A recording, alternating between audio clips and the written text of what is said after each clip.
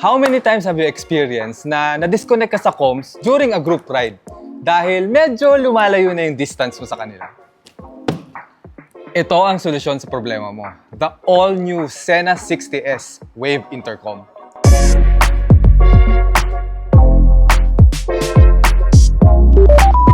Hello.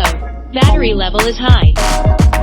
Let's talk a little bit about the Wave technology. How it works is nile-leverage niya yung phone data mo, giving you an unlimited range of connection. Meaning, hanggat meron kang internet, tuloy-tuloy lang yung usapan nyo kahit gaano pa kalayo.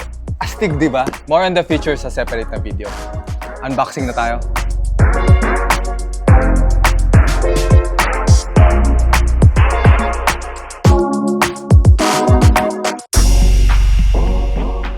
So, inside the box, syempre, you have the unit itself. Tapos, meron 3 extra na faceplate, different color, which by the way, will be available din sa Moto Market Store. Para sa mga mitikuloso na gusto terno yung color ng Sena nila sa helmet nila. You have a clamp na attach na yung boom mic. You have a wired boom mic para medyo kung gusto mo nakalabas ng konti yung mic. And of course, a wired mic. You have a magnetic cover para to protect yung mount mo. You have 2 sticker pads para just in case gusto mong i-push medyo palabas yung speakers para mas rinig mo siya.